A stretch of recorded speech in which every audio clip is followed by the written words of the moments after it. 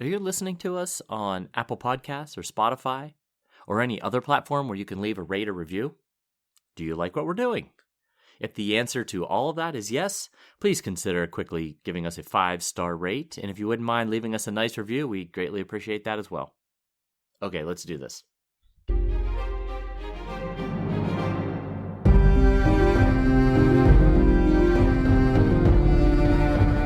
Hello, welcome to the Ghosts of Harrenhal. My name's Simon. And I'm Mackelly. Thank you for joining us for episode 273 of our chapter-by-chapter book review of A Song of Ice and Fire by George Martin. Today we're discussing chapter 1 of A Dance with Dragons, that's Tyrion 1.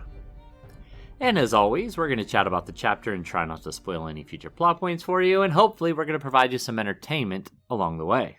We'll summarise what happened, discuss our thoughts on it, provide some useful background, compare it to the television show, indulge in a little pedantry and cover some relevant news and listener correspondence. Be sure to check out the show notes, they'll provide some additional information about the characters and geography of this chapter. How are you, sir? I'm doing well. I'm doing all right. It was an incredibly beautiful day today, somehow. It was, yes. After a prolonged cold snap, we had what North Carolina is really good for in the winters, which is a nice warm day. Yes, so tried to get out and enjoy that as much as I could. Took a couple walks and enjoyed the sun on my face. I even worked outside a little bit on the back porch. Oh, very nice, very nice. Yeah. How about you? I was in the office all day, so I didn't see the sun. I was chained to my desk. Often at this point in the proceedings, we look to our notes and see a blank thing where it says provide some humorous and witty banter, and there's nothing there, and we have to wing it. But today we have a juicy selection.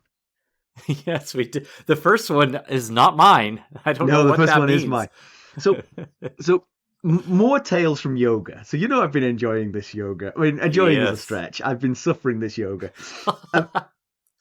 We've been enjoying your stories. Yeah, we'll say that. So last week, he had us doing this twisted stretch thing, and I found it very, very difficult. It was really like I was grunting and wheezing and sort of it was not pleasant for me.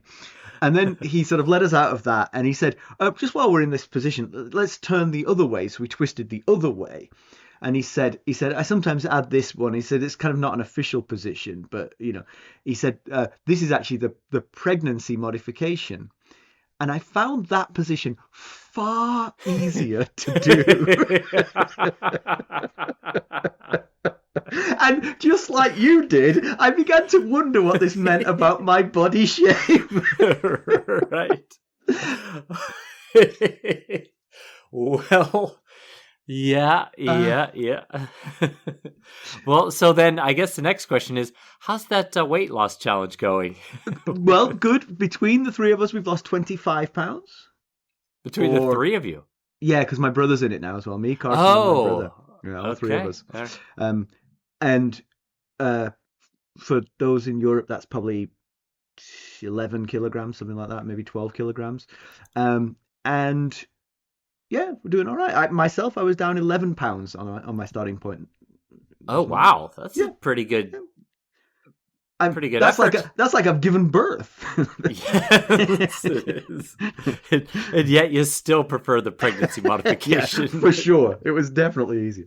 And then the other thing he did last week was he was, to be fair to the yoga instructor, it's a difficult job. I get it's not the easiest job in the world because you're standing up there and you've got to fill the void with, mindless prattle, and he much as we do ourselves. And he said he complained about the space. We're just in a gym of a local park, so it's not a beautiful space or anything like that. It's functional and usable, right?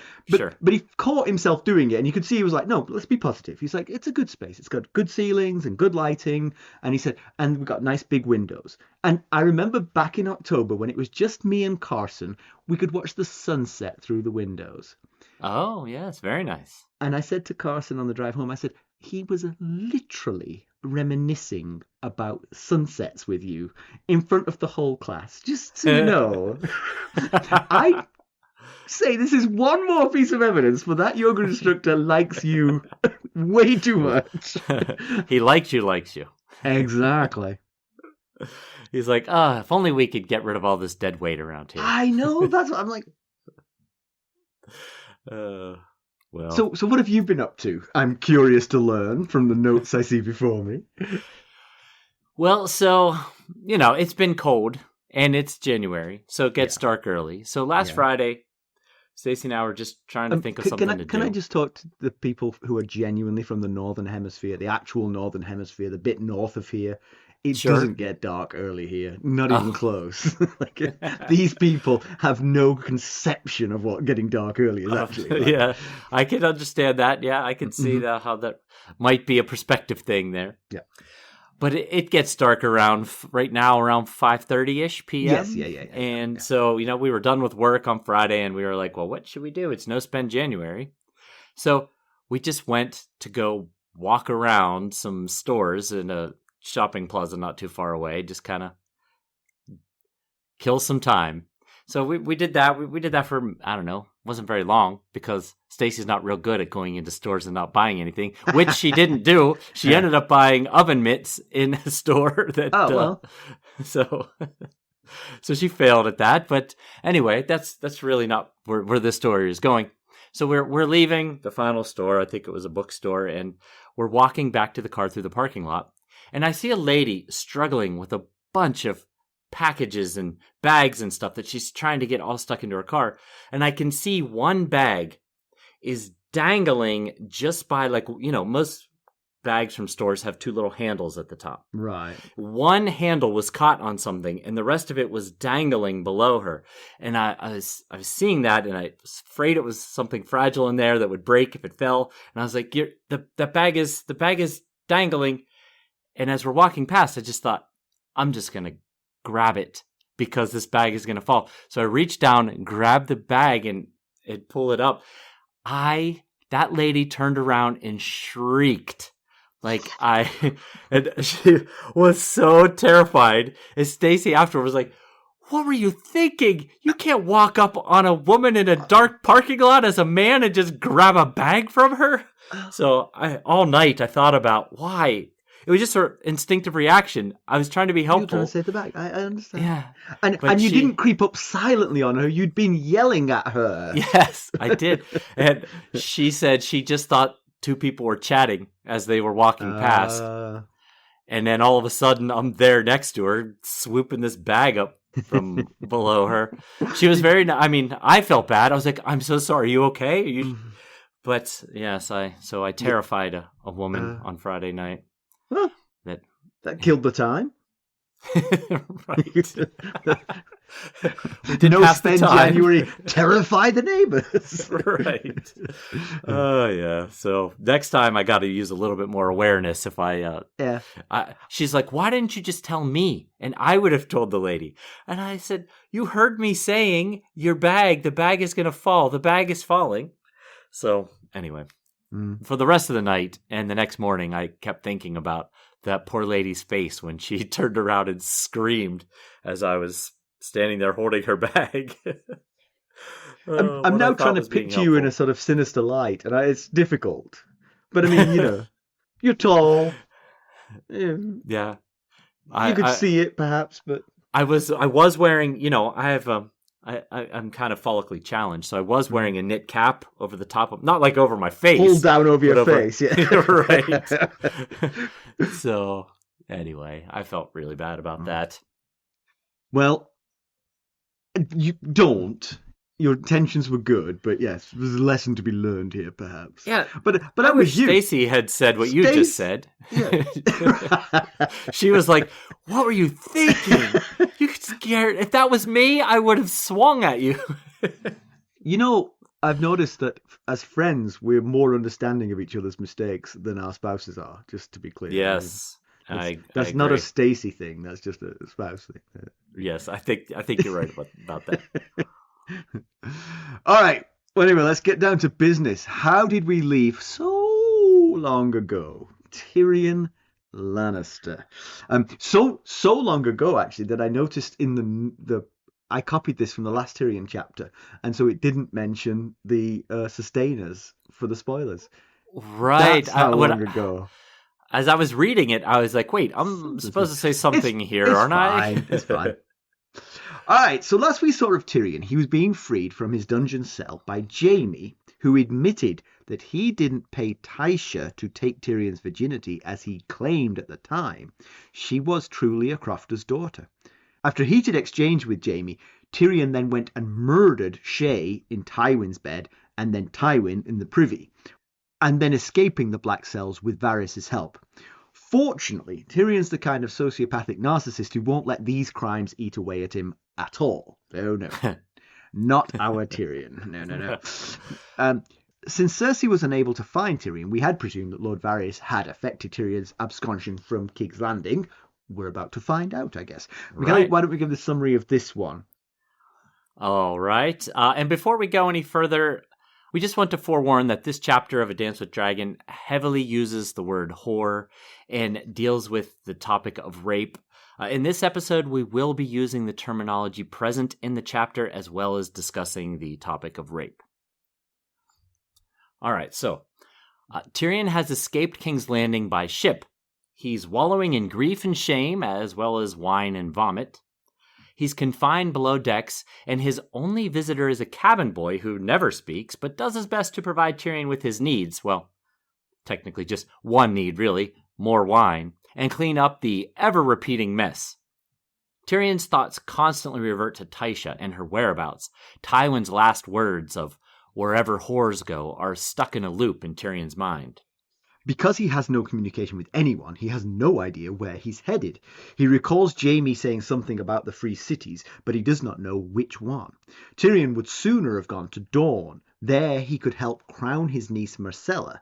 However, without Oberyn Martell's influence, Tyrion questions whether Doran Martell would even consider the idea. Doran is just as likely to arrest him and send him to Cersei.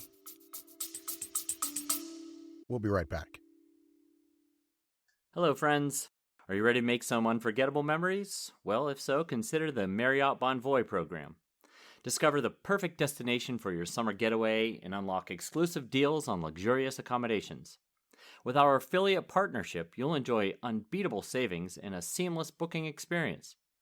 Don't let summer slip away. Visit Marriott Bonvoy today and make this vacation season one for the books. Use our Ghost of Harrenhal affiliate page to check it all out and buy Bonvoy points or give some as a gift. The link to our page is in the show notes. Tyrion considers that the Wall might be a safer choice. There, Lord Commander Mormont told him that they could use men of Tyrion's talents, and his sins of the past would be forgiven there. But Tyrion worries that if something has happened to Mormont, that Jaina Slynt might be in power, and Slynt would surely want retribution on the man who sent him to the Wall.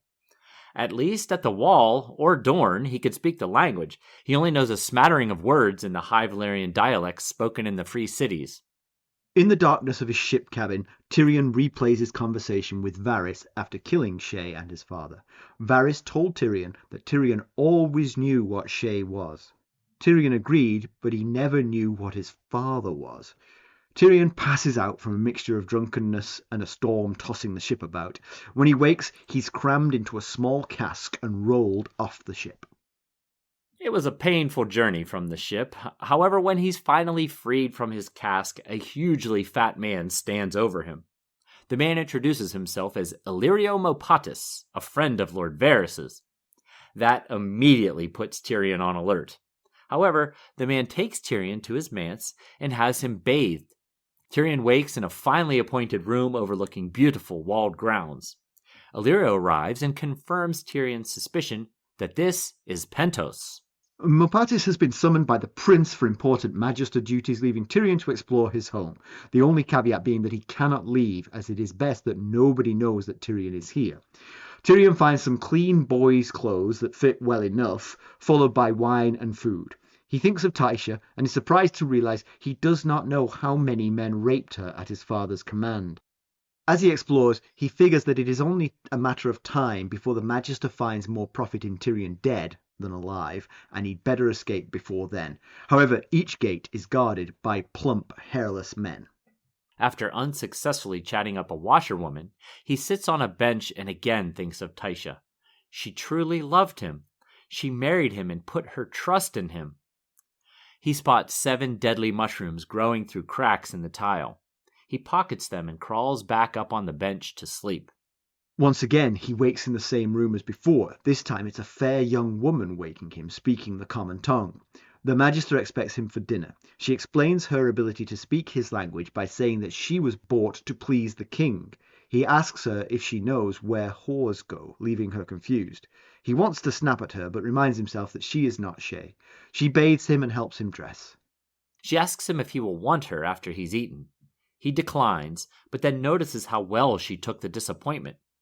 Tyrion thinks the girl despises him, but not as much as he despises himself. He changes his mind and tells her to wait naked in his bed, and to keep her mouth shut and her legs open. He leers at her, hoping to see fear in her eyes. All he sees is revulsion. He adds that he might like to strangle her, like he did his last whore. That gets the fear response he was looking for. Tyrion dines with just Mopatis. The meal is a feast full of one delicious course after another. During the meal, a mouth-watering dish of mushrooms is placed in front of Tyrion. He almost pops one into his mouth before recalling the poisonous mushrooms he found earlier. He pauses and insists that Illyrio taste one first. Mopatis says they were made specially for Tyrion. Tyrion says in Westeros it is frowned upon to poison a guest. Illyrio says the same is true in Pentos. However, when a guest clearly wishes to die, he'll oblige him. Tyrion says, I have no wish to die. I have... But he can think of nothing to add. Illyrio finishes his thought for him. You have nothing. But we can change that. Illyrio then plucks a mushroom from the dish and pops it into his mouth. As the eating recommences, Illyrio says that some in Westeros consider Tyrion killing his father as only a good start. Tyrion warns Illyrio that he'd best be careful what he says about Tyrion's family. Cersei and Jaime are his to kill. Illyrio informs him of a hefty bounty put on Tyrion's head by his sweet sister. Tyrion's not surprised. Mopatis assumes that Tyrion plans to join Stannis, since he is considering going to the Wall. Tyrion has no idea how the two are linked and is baffled to learn that Stannis currently resides at the Wall. However, neither knows what the man is doing there aside from shivering. Tyrion would prefer Dawn, where he can queen Myrcella. Illyrio wants to know what the girl has done to him that Tyrion would want her dead. Tyrion clarifies, queen her, not kill her. Illyrio says they're one and the same, and you know that. Tyrion realizes that they are, and that he did know it. Illyrio adds that the road to Casterly Rock does not go through the Wall or Dorne. Westeros is struggling, and soon it will be starving. The people will look for a savior. Not Stannis nor Myrcella. There is another that is stronger than Tommen, gentler than Stannis, and with a better claim than Myrcella. This savior will come from across the sea to the rescue of Westeros. This savior is a dragon with 3 heads. All right. Dun, dun, dun. It's been too long. It's been too long without Tyrion. It really has. It's so good to have him back. Yeah, you know, it is. Yep. It felt like half the story. You know, Beast for Crows. It was missing some of our key characters, obviously. But my comparison with the TV show, I've had to jump back 2 seasons because, of course, the TV show did it the boiled leather way. You know, so all of this happened long before some of the things we covered last time. I'd slightly forgotten why Tyrion would be so down on Jaime, and that's because while we've had a whole year to recover, it was only in the last Tyrion chapter that he discovered that Jaime lied about Tysha. She was what she always appeared to Tyrion to be, a crofter's daughter who'd fallen in love with him. And Jaime, I know that Tyrion will give Jaime some grace for following his father's orders, but Jaime lied to Tyrion and kept the lie going for years and years afterwards. Right. That she was a paid prostitute, paid to do that. It's so hurtful on so many levels, because there was a woman who truly loved Tyrion once in his life, and to keep that secret from him, partly to cover your own sins, because at that point the last thing you want to do is admit to him, right? Because of what you then did to her, you know? Yes.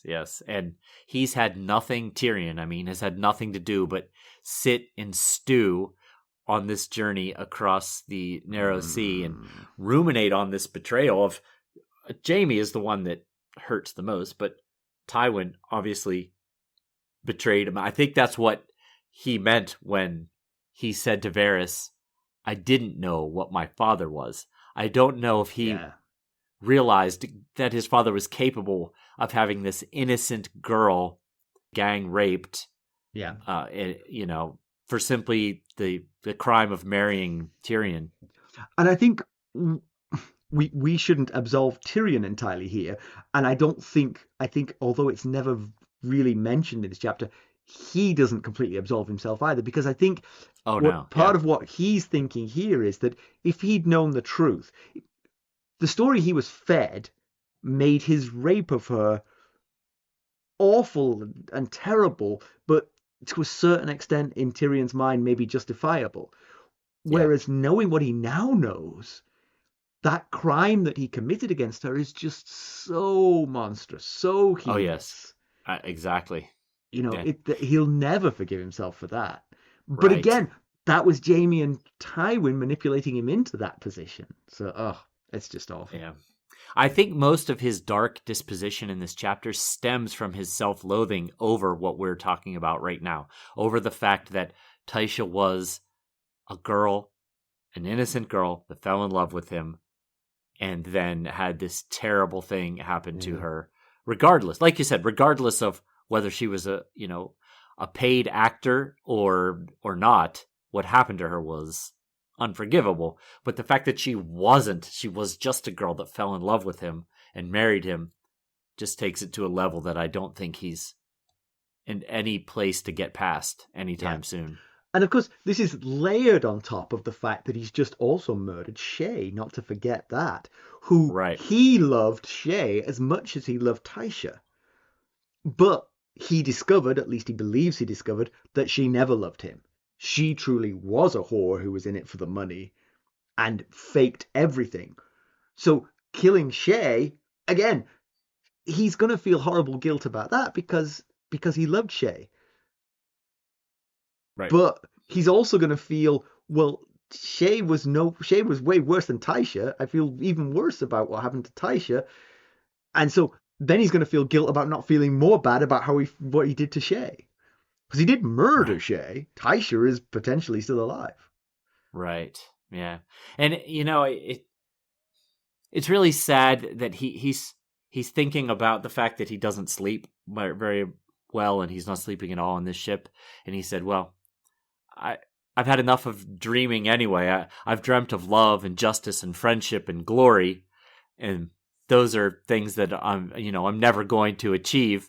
And that's really sad. And we had worried at the time when he was thinking, I've got the girl, I've got the power. When he was Hand of the King and he was laying with Shae in bed, and we worried at the time that he might have been counting his chickens before they hatched when he thought he was on top of the world. But if you look at the things he mentions, love, justice, friendship, glory, the love and friendship, I assume love was Shae and Tysha, more recently Shae, and I think the friendship, probably he's thinking of Bronn. Yeah, but that's what I thought too. Yeah, both were paid in his service. Shae was acting her part; she was acting like, whether it was true or acting. But Bronn, he was never less than honest about their relationship. They agreed upon it up front. Yeah, but at the same time, they were friends. I mean, a friendship truly blossomed there, and is still being held on to by Bronn, who, despite not owing Tyrion anything anymore, named his first child Tyrion, to the distinct annoyance of just about everybody. Especially Cersei. Exactly. Of course, we have to throw the Jaime in the lost love as well, because, Jaime was the one family member that Tyrion thought truly had his back and loved him, and now he feels betrayed by Jaime as well. The injustice one is, there's a lot of injustices that happened to Tyrion. Tywin taking credit for the success of the Battle of the Blackwater, being blamed for Joffrey's death, even the dwarf's penny, which was a tax that Tywin instituted. gets blamed on Right. Tyrion. It wasn't called that monstrous, horrible guy from Casterly Rocks, Penny. Right, it was the dwarf's penny. And then again, the same with the glory. You know, the success. He truly saved King's Landing with his plan. Yeah. During the Battle of Blackwater, and got no credit at all for it. Not even from his father. His father didn't even say, "Thank you, you've saved the city." He was like, you did your part. You did okay." I mean, you can list the number of people who didn't get out there and fight, and it's a long list. The Hound, Jaime, for various reasons. Tywin, he wasn't out there fighting. Certainly, Joffrey was not out there fighting. Right. But Tyrion was. Tyrion was risking his life out there. Well, Joff was flinging antlermen, so, you know, he might... There was that. He was contributing his own inimitable way. But it just made me sad. That whole, you know, I'm never going to achieve any of those dreams. A lot of sadness in this chapter, really, when you boil it down. So, sliding doors moment. What if the day after Tysha was raped, Jaime confided in Tyrion the truth? Do you think that Tyrion forgives Jaime sooner? I'm sure he'd be mad at Jaime. Yes. I do too. I think first of all, Tyrion is a young boy. He was, you know, early teens, I think. Something like that. Yeah. And, you know, I think if Jaime couched it the right way, that father gave me no choice. Yep. I had to say this. I'm sorry. I lied. You know, I think Tyrion would be hurt, but would forgive him more easily. I agree. You see, I think Jaime's biggest crime is not confessing to that. What Jaime did at the time was because none of them had any choice when Tywin spoke. They do what Tywin says. But to keep it from Tyrion into adulthood, that's the betrayal that Jaime could have avoided. We'll be right back. This episode is sponsored by Audible. To get a free audiobook, or 2 if you're an Amazon Prime member, go to our exclusive URL, audibletrial.com/ghostsharrenhal. You can find the link in our show notes. Yeah, I guess, you know, there's plenty of opportunity, obviously. There was years of opportunity. Either Jaime didn't think that Tyrion was all that bothered by it and really wasn't all that hung up on Tysha, or he didn't want to go down that road. You know, he thought, well, let's just leave that in the past, you know? Yeah, it is desperately sad for sure. So, thinking about other aspects of the chapter, the further evidence for the bond that we've already spotted through Arya's eyes of the bond between Varys and Illyrio Mopatis. Just a question here. So Tyrion being sent to Mopatis makes a certain amount of sense. It's a safe house where Tyrion can be secluded while a permanent plan is delivered. But just like Daenerys and Viserys were. Exactly. Yeah. Same. But is there any chance that Varys was hoping that Tyrion would do something irrevocable with his dad, with his family, before heading to Pentos? Because if you remember in the chapter where Tyrion murders his father, Varys tells him where to go. Varys points him in that direction. And we had discussed at that time that it was very convenient that the brazier, it was complete darkness, except for this one area where there was a Targaryen dragon mosaic on the floor and a brazier lighting this area very conveniently. And Shay happened to notice that same mosaic when she was brought up to Tyrion's chambers when he was Hand of the King. Which, of course, were the same chambers. Yeah. Yes, and brought up by the same person. So is it possible that this was that he wanted that to happen so that, not because he particularly cared about Tyrion, Tywin getting his comeuppance, but more that it would leave Tyrion in a state where he would be more amenable to a plan to recruit him to Daenerys' cause? Yeah. I think, you know, possibly Varys is a smart man. I don't believe that he was involved in the Joffrey murder plot. but I think possibly he saw that Tyrion was in a position that he was not in a good place with his family, and took an opportunity. He was in a cell awaiting execution. Yes. Yes. Not the best place with your family. Yeah. Took an opportunity to bring a bright mind to their side, possibly. Right, but the thing is, you could have rescued him from the cell and taken him straight to Pentos and tried to convince him.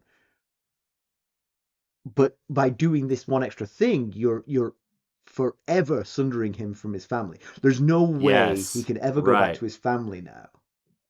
Yes, you're right. Yeah, that makes some sense. A lot of sense. It removes a very powerful hurdle that needs to be removed before Daenerys. It helps smooth a path for Daenerys or some Targaryen reemergence. True enough. So there's a few details in this chapter that, as I was reading them, I thought, you know what? I know what they're talking about there. It's been a long time, so I can give it a little explanation of what's going on. Clearly, this is stuff that I'll have missed, so I'll sit here attentively.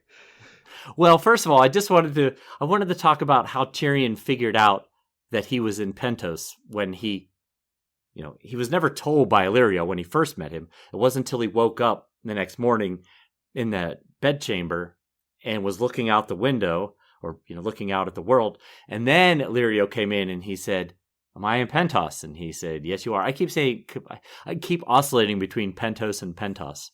I'm not sure which one I prefer, so keep going back and forth. I'm fine with you.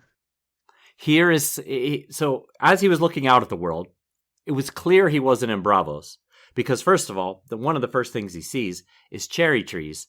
There are no trees in Braavos. Right. So, there's trees, but there are no canals, because he can look all the way to the bay, so he can see a good distance from this manse. Yeah. Because there's canals all over Braavos. And one of the most telling things is there was no giant titan in his view. That's the one I would be looking for as well. Yeah. But he does know he's on the coast, so it's not one of the inland free cities. It's too chilly to be one of the southern coastal free cities, which leaves only Pentos as his option. So that's how he, I think that's how he narrowed it down to the correct answer.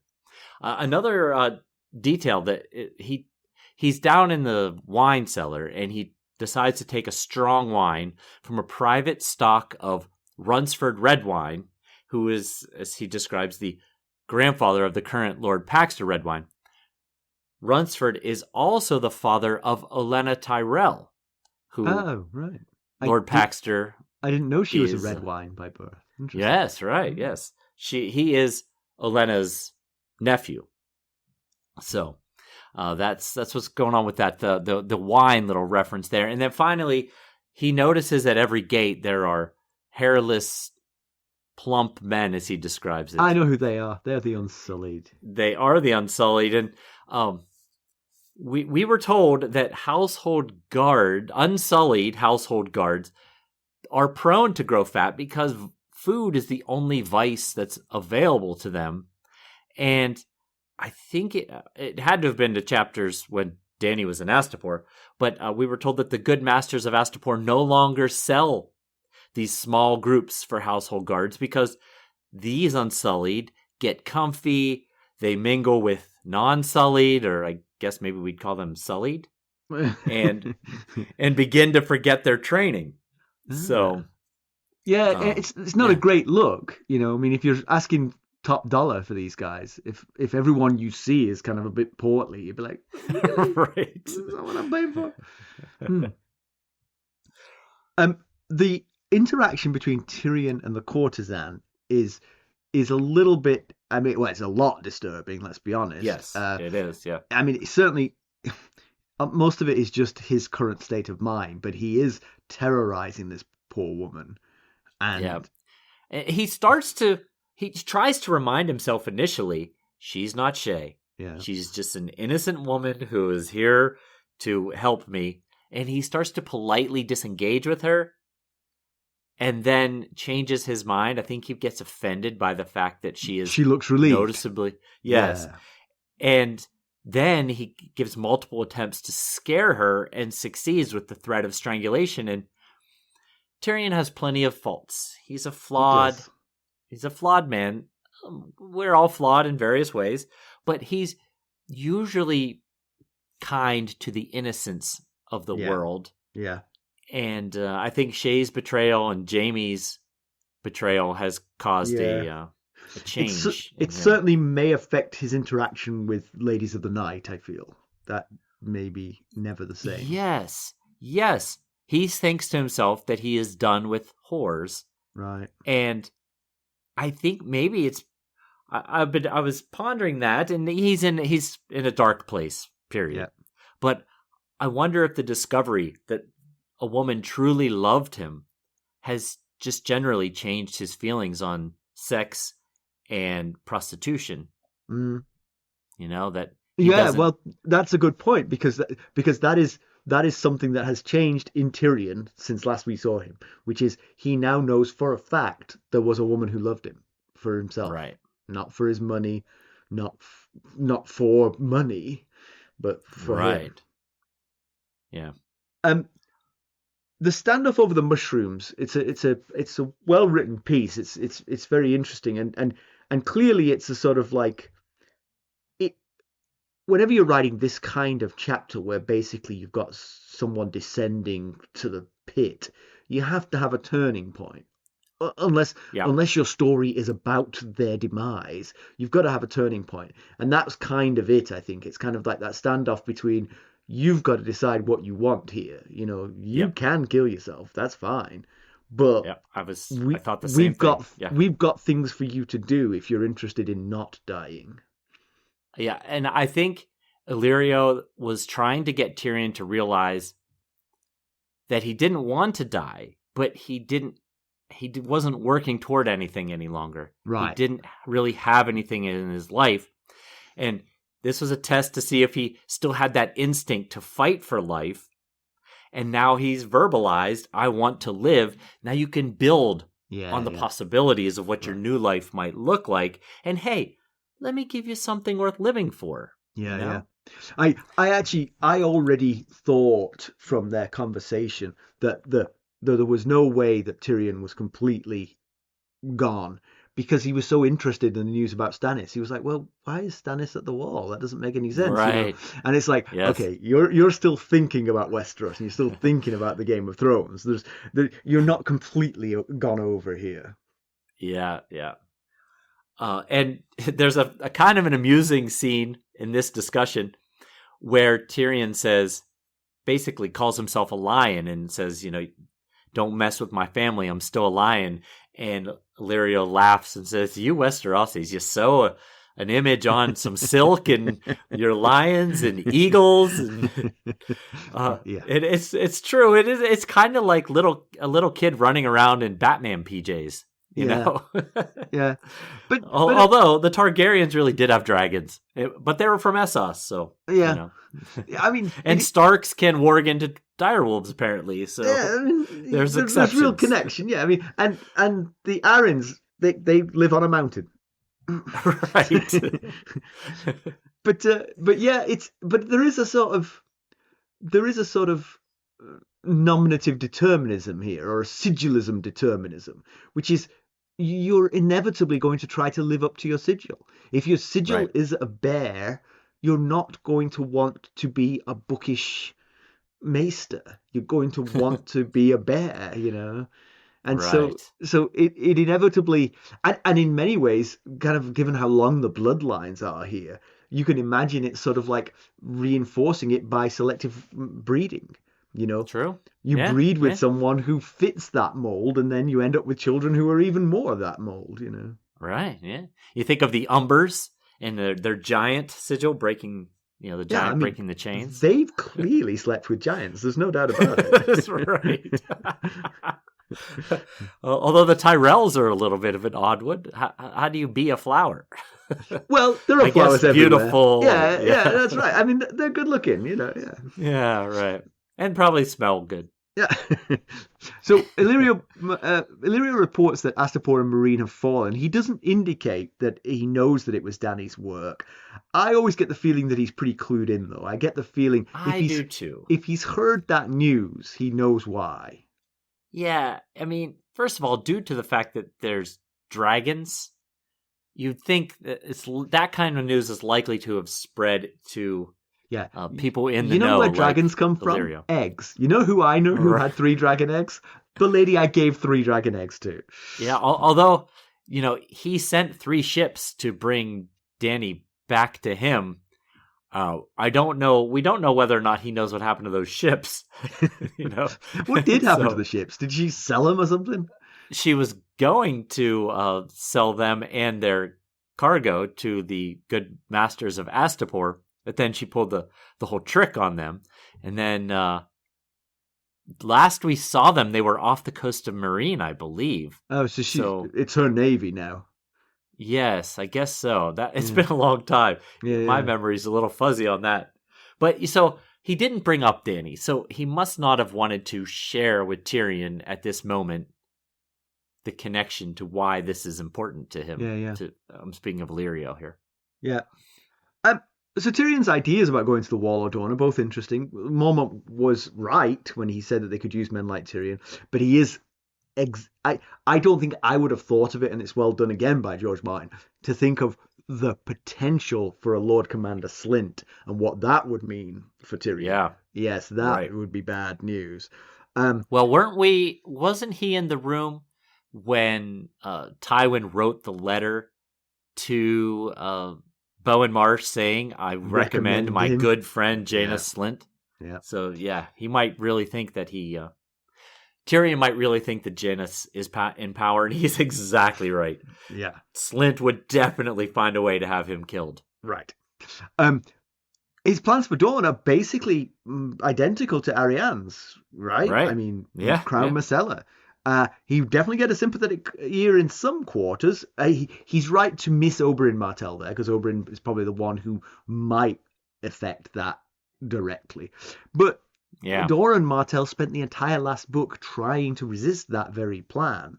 So I'm not sure he's going to see, the presence of Tyrion might tip the balance because he's a big ally. I mean, he's a big ally. Even just by his smarts, he's a big ally. He doesn't represent very much because he's penniless and has no followers and is small in stature. But just his presence... And the fact that proves to you that the Lannisters are not as one might convince Doran Martell to change this plan. But I guess we're not going to find out. Doran knows, and this is something Arianne didn't know, is that Dorne is the least populous kingdom in Westeros, and Doran believes that they couldn't survive a war with the Iron Throne. So, he might, even with Tyrion there, Doran would probably say, we can't swing it. We can't win a war against the Iron Throne if the other kingdoms are on their side.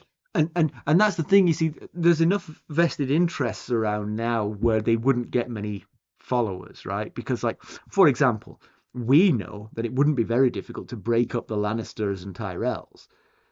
That would actually be quite easy.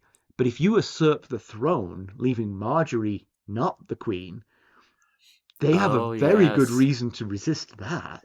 Yes, you're right, because it's not like it's a brother that is assuming the throne, then she could marry that brother. Why not? She's married one, she's married all.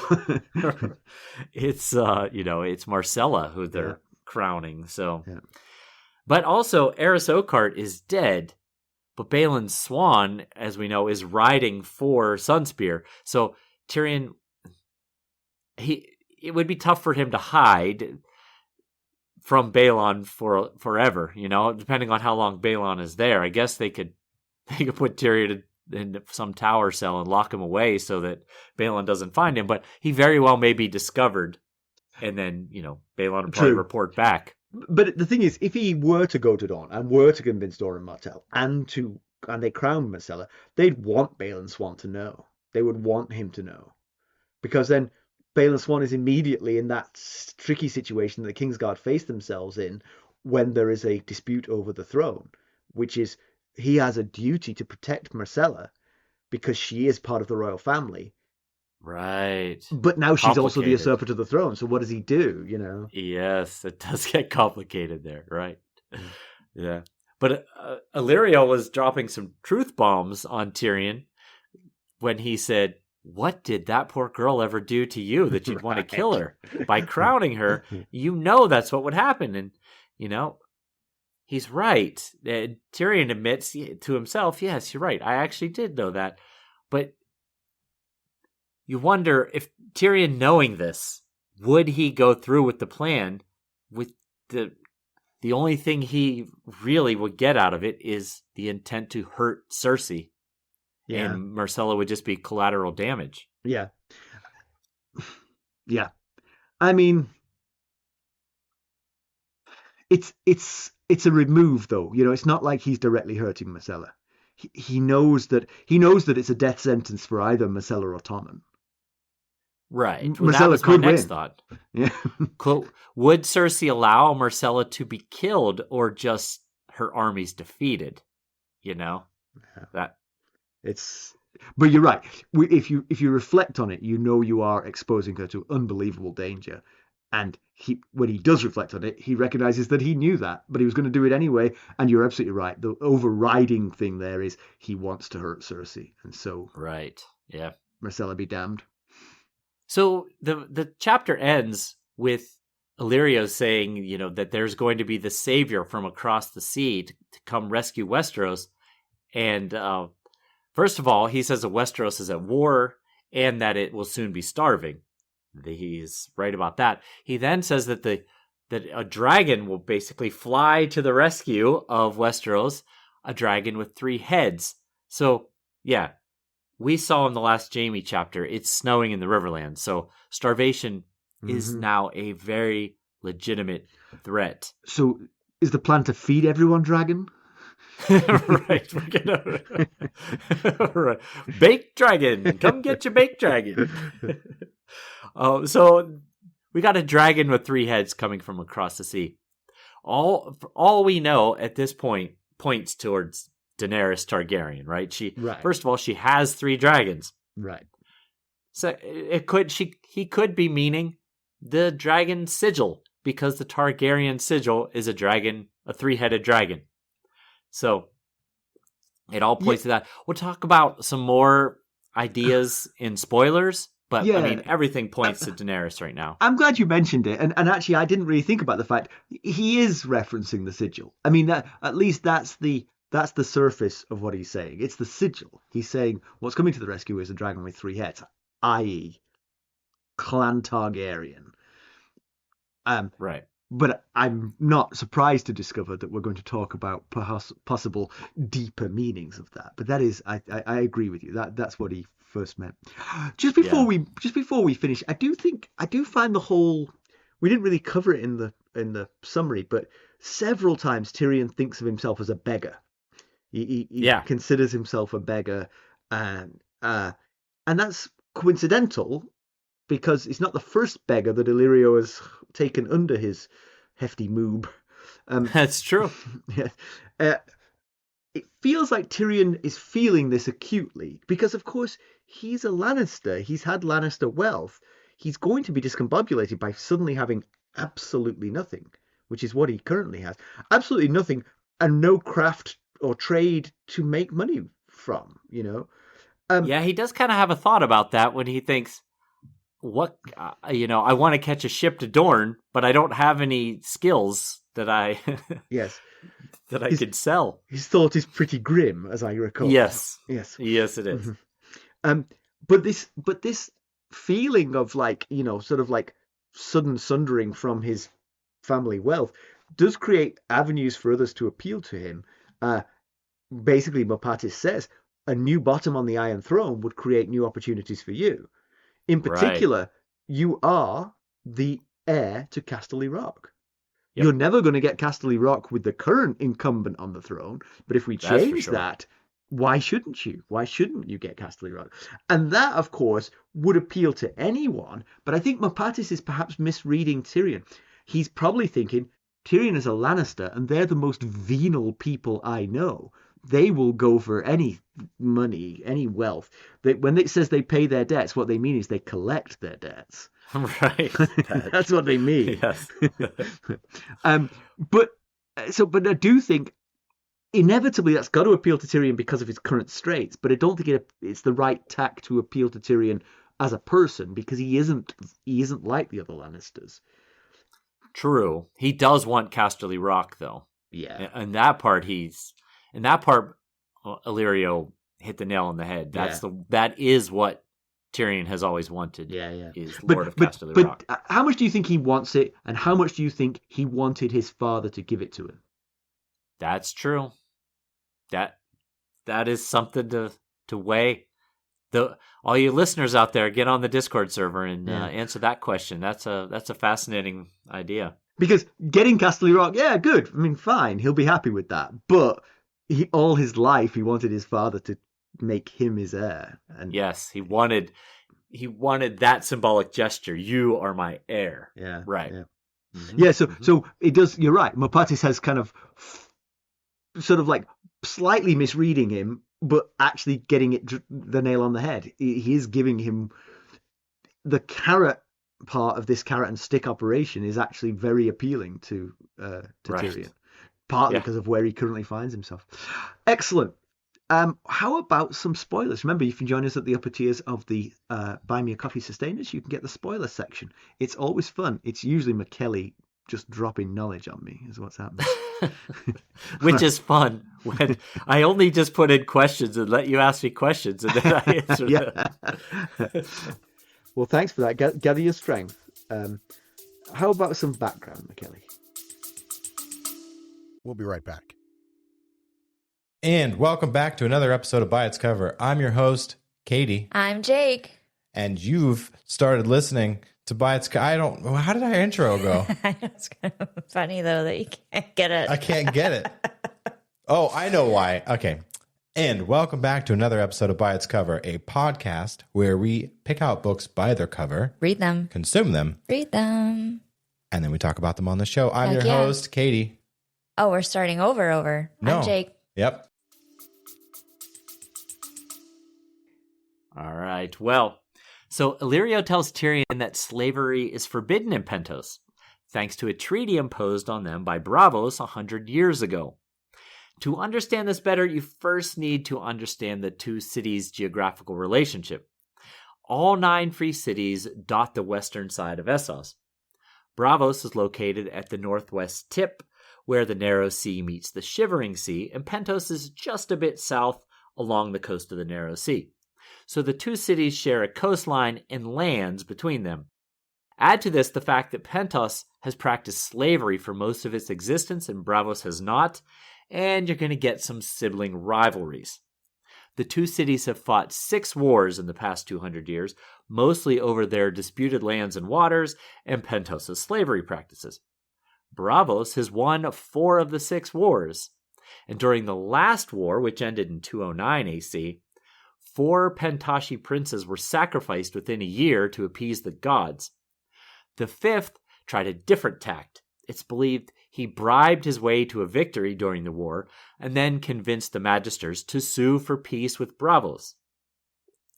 Part of the peace agreement was that Pentos would abolish their slavery practices, as Illyrio told us. Although the anti-slavery laws are technically upheld, Pentosi ships circumnavigate them fairly easily. The ships just fly Mirish or Lyseni banners whenever they're challenged. And on top of that, the city is filled with what's called free bond servants. Technically, they are free people. However, the costs of their daily goods exceed their pay, and therefore they become dependent on their employer for survival. Another part of the peace agreement from 209 is that Pentos is not permitted to have more than 20 warships. They're also not allowed to hire sellswords, make contacts with free companies, or maintain an army. And all of this is likely why the city is known for being so friendly with their free city siblings and are so generous with the Dothraki horse lords, as we saw early in the Daenerys chapters in A Game of Thrones. Interesting. That's good history on Pentos. I was not aware of quite a lot of that. Yeah, All it's good right, stuff. thank you. And I'm out of breath. Yeah, I bet. So I'll give you a break while I give you the comparison with the television show. So the primary difference here is that Varys accompanies Tyrion across the Narrow Sea. Mopatis is relegated to just being a host. In fact, in none of the stuff I watched, Mopatis shows up. It's just his house. Okay, yeah. So all of the conversation is just Tyrion to Varys. Tyrion goes the whole way to Pentos in the crate, which is particularly uncomfortable for him. Oh my goodness. Yeah. Wow, that's intense. Including a gruesome description of having to push his poop out of the air holes, which did not sound good. I said air holes. Varys admits to supporting a Targaryen restoration, as we basically know. And then the suicide conversation around the mushrooms is actually condensed into just one admonition not to drink himself to death. Varys admits that he freed Tyrion at Jaime's request, but that he did it for his own ends. Right. And I could see that being true. Yeah. I could see Varys letting Jaime think that he was coercing Varys into doing it. Right, exactly, yeah. And of course, his own ends being the same thing as that Mopatis is recruiting for to bring Tyrion to Dany's cause.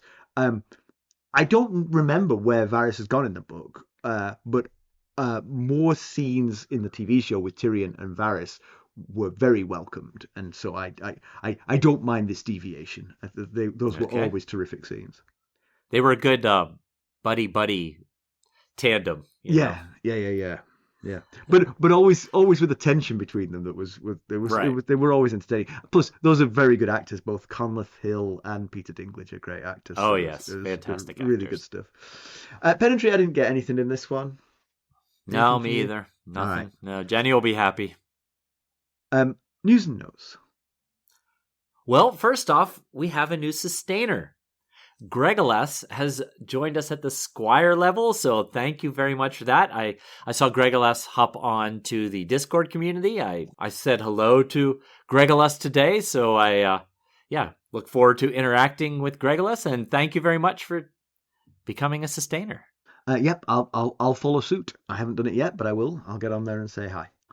And George Martin wrote in his blog, Not a Blog, that he's now seen all 6 episodes of A Knight of the Seven Kingdoms, and he's very pleased. He feels the season is a reasonably close an adaptation of his book as he could have hoped for. He said the series will debut sometime late this year, maybe in the fall. That's exciting. It is very exciting. You, I think, are going to be particularly excited about that, more than you were for House of the Dragon. Yes, I think so. Yeah, because you love that story. I do, and Martin said that it's one of his favorite stories as well, and those are some of his favorite characters of all time. So, yeah. He's as excited as I am, I guess. Yeah, I guess so. He's getting more money for it than you are. He is. Just so you know. If only we were equal in that as well. Let's conclude this one. Tyrion is absolutely as messed up about what he's done as we expected him to be. Guilt and self-recrimination abound and will for some time, I feel. Yeah, I think his self-loathing is every bit as much as what he allowed happen to Tysha. Not that he could have stopped it if he wanted to, but that he didn't even try and he didn't know and he participated. There's a lot of things to regret in that whole situation. Yeah. And I think killing Shay, I'm sure, is weighing on him. Yeah. And probably, at some level, he's thought about killing his father. The fact that he killed his father, I know, that's somewhere in there is. But of course, he's grappling with that. Everything the 15 minutes that ran up to him murdering his father really helped to justify the murdering the father. Right. Yeah. Yes. But that's still going to mess you up some. No doubt, no question. And he seems to be lashing out at all of his family, including Myrcella, it seems, because he's definitely willing to sacrifice her to get revenge on them all. Yeah.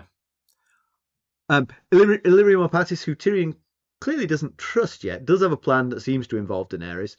Could Tyrion get on board with that? Honestly, I'll go out on a limb here and say, yeah, he will, because what else are you gonna do? I mean, literally, if you're not willing to eat those mushrooms, then you need something in your life.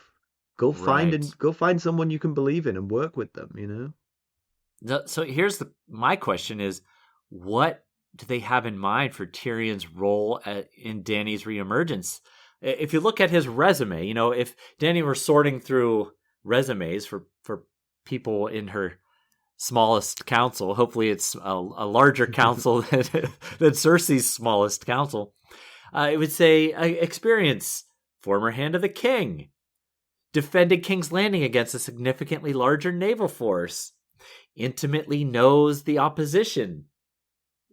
Where does that land him? Will he be Daenerys's hand of the queen? Is that what they're thinking, or just some sort of Definite consultant, possibility. advisor? Yeah, definite possibilities there for sure. I thought you were going to go a more jokey route there, like likes to drink and visit prostitutes, But you're right. The positive resume is much better. Yeah. Yeah. So I just it'll be fun, and I'm trying not to say the word interesting. I was trying to think of anything else but the word interesting. It'll be fascinating to see where that goes. It will be fascinating to see where that goes, yes. And finally, does Illyrio know what Dany's done with his ships? We know that she's changed the names of the ships. So I don't think that will bother him so much. But, he sent those ships with their cargo full of his stuff to her to bring her back. And she has not followed suit. Is this Illyrio and Dany's Taisha moment where things sunder, never to be rebuilt? Maybe, yeah. You stole my ships. Exactly. On the subject of Her Majesty of the Broken Chains and Freed Slaves, we will have Dany next. Exciting. That's another right. person we haven't seen for a year. That's right. It'd be good to check in, just like it was with Tyrion. Yeah. Long lost buddy. I bet those dragons have grown. I bet they're like teenagers now. They're talking back to her. They're moping around. All right. There are 3 ways that you can help us out. You could leave us a positive review and a rating. Buy us a cup of Arbor Gold at buymeacoffee.com/ghostharrenhal. There you can become a sustainer at any of the various levels, like Gregolas did. Or you could donate directly to our cause through our website, ghostofharrenhal.buzzsprout.com. And if you're looking for more ways to interact with us, well, first off, you can send us a text. There is a link at the top of every episode's show notes. We do enjoy reading them. Just please keep in mind we cannot respond. And if you're interested in keeping up on the latest Ghost of Harrenhal news and developments, well, you can check us out on our social media. You can follow us on Twitter at Ghost Harrenhal. We're on Facebook, Instagram, Discord, and YouTube. Thank you for listening. Thanks. Bye. Bye.